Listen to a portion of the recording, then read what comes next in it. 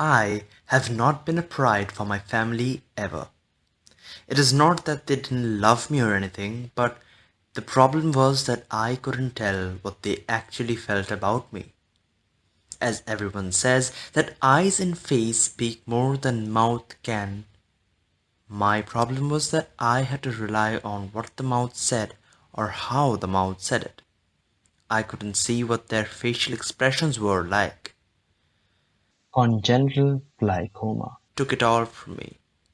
Since the very first day, I was sent to a special school with more people and children like me. I always wanted to be like what I thought of as the perfect people, the ones who can see, hear, and do everything normally. But it was my 2 years younger brother who made me realize that being normal doesn't mean being able to see properly or hear properly as well. No one can live without a single flaw in them. Some are shorter as compared to others, some are weaker in terms of body strength, and some are not able to sleep properly, and some, like him, couldn't hear properly. I agree with him fully. So, I completed my bachelor degree in law, and now I want to pursue masters. I have also been looking for a donor for the past 5 years because I really wanted to see the world and tell my story to people while getting their honest reactions from their face and eyes. The best thing for me was today. I got a call from the doctors and they told me that they had found a donor and asked me if I wanted to go ahead with it. I obviously agreed to it.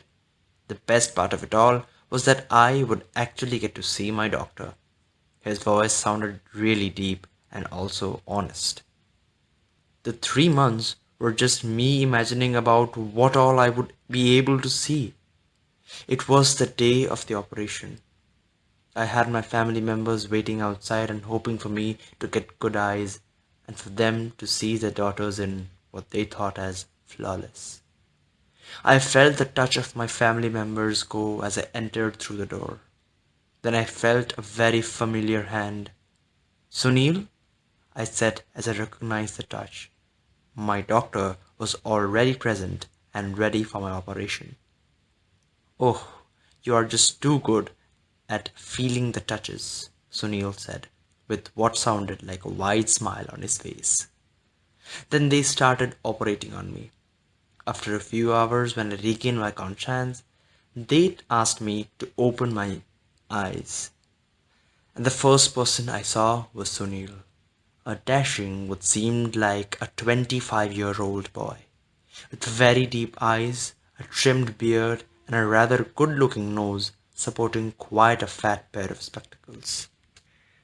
Hi, Akshi, Sunil said and showed me two fingers and asked me how many of them they were. I replied, two, while maintaining the eye contact with the first human that I ever saw since birth.